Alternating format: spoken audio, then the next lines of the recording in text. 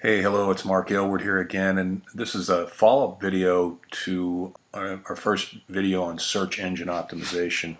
And this one's going to focus more on what's called off-page SEO, or search engine optimization. And essentially what that is all the stuff that you can do off your site, on other people's sites, to drive interested people back to your site, and then hopefully get them to take action, enter their name and email address, buy something, whatever it is that you want them to do. But there is a ton of stuff you can do off page, so it's kind of difficult in a short video to boil it all down. But I picked 8 or 9 things that I think are pretty sure they're all free, with minor exceptions, and they're all fairly simple to do. Again, it's just a matter of time. And probably if you're just starting out, whether you're an offline business trying to get some exposure online, or an online business trying to establish yourself, you probably don't want to do all of these. You probably want to pick 2 or 3 maybe and just get really good at them, and then pick up a 4th and then a 5th or what have you, because it's really the quality of the work that you do and the consistency with which you do it. So in no particular order, you have social bookmarking would be the first. And essentially, some of the places you've probably heard of are like Delicious or Stumble Upon or Dig or MySpace. There's a boatload of them. And there's also, and you're basically going to these sites and you're saying, I find this interesting, here's the link, and the link goes back to your site in some capacity because you have related information on your site to that particular topic. And some of these social bookmarking sites have such large audiences that if somebody catches wind and you've got something interesting or funny and it links back to your site, you're potentially tapping into a massive audience that you otherwise could not. And that's kind of what off-page SEO is. It's using other people's authority and audiences while you build your own. So that's social bookmarking in a nutshell. We'll expand on that in a different video. The next one is blog commenting. Essentially, it's finding blogs in your market, which you can just do by Googling what your market is and the word blog, and finding maybe 2, 3, 4, 5 of them. So basically, when you find these people that are in your market, you basically go to their blog or subscribe to their RSS feed, which we'll talk about later. And as you read their posts, most of them at the bottom will have an opportunity for you to leave comments, and you would leave constructive, insightful, not just, hey, that was awesome. People, they don't need that kind of support, and they won't give you credit for that in most cases. Make an insightful comment, contribute to the community that is their blog, and they usually allow you to leave a link back to your site. And if you're insightful and you're interesting and you're informative, people may click on those links and come back to your site. So again, borrowing the authority of experts in your business. It's a good way to get to know those people as well, and if you support them,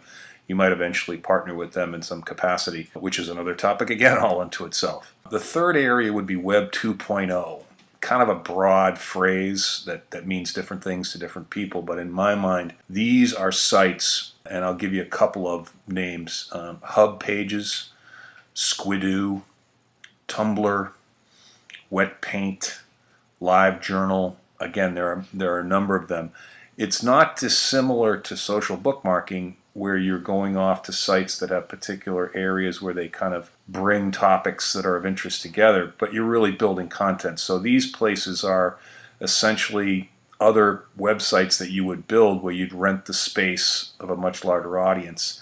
So you wouldn't own these sites, but you might write articles or you might write content about particular topics, categorize that, and then link it back to your site.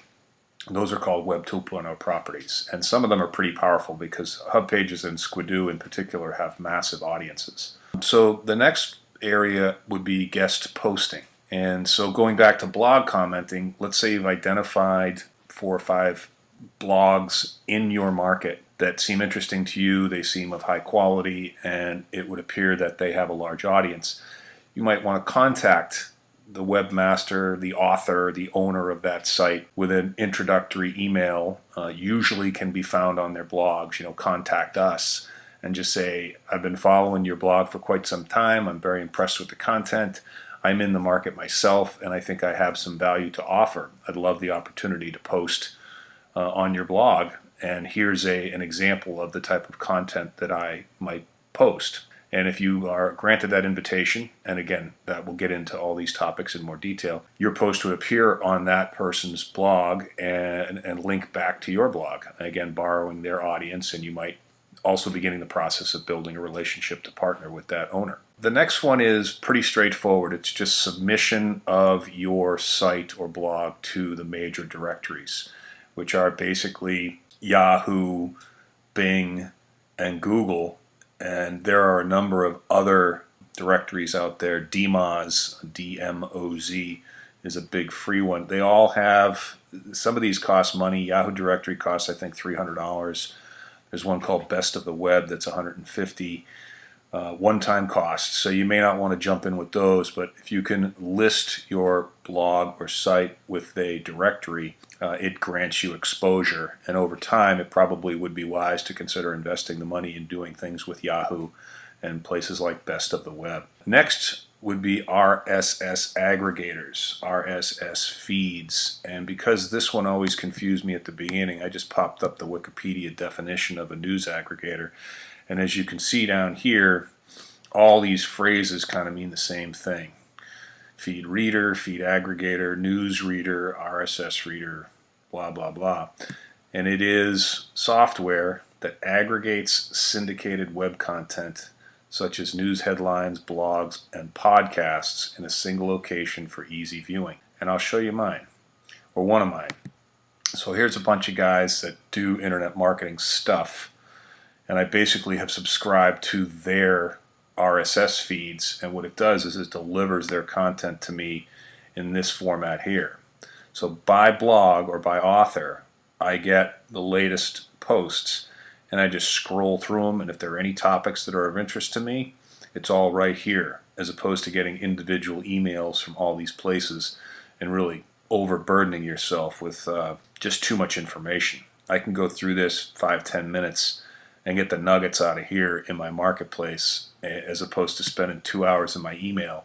And so that's just the Google Reader. That's one of the ones I use. That's the nature of RSS feeds. So you may want to subscribe to some people in your market and just get all that stuff pumped to you in a condensed, more easily digestible format, I guess, for lack of a better phrase. The second and last one we'll share with you here is article marketing. And article marketing is just as it says. You're writing articles about your area of interest, and you're posting them on a number of different article marketing directories. eZine articles is the most popular as we speak, and you're basically putting an article of content, again, relevant content on a very large site with a huge audience in particular categories of information, hoping that people interested in that information will read your articles because they're interesting. And at the bottom of the article, in what's called the author's resource box, most often you'll put links back to your site and drive traffic that way. And over time, you'll find that some articles, if they're really good, be out there for a couple years and still bringing people to your site because the content is good enough to be of interest to them. And the last area is social media, and this might be the most popular one. This might be the one that you're most familiar with because it involves sites like Facebook and Twitter and YouTube. And again, those are all, particularly Facebook and YouTube, are massive topics in terms of training on how to use them to leverage your business. Suffice it to say, you should have a presence on all three of them. And YouTube I kind of look at, as well as Facebook, as separate social media topics. But linking all of these things together in some capacity and complementing each of these efforts with quality content, entertaining content, informational content over a period of time will really drive a lot of interest back to wherever you want it to be driven, assuming it would be your blog or your website. You get good at a couple of these and your audience can grow pretty quickly. So I know that was a lot of information, and we'll break each one of those topics down into individual videos, but I hope that helped, and we'll see you in the next video.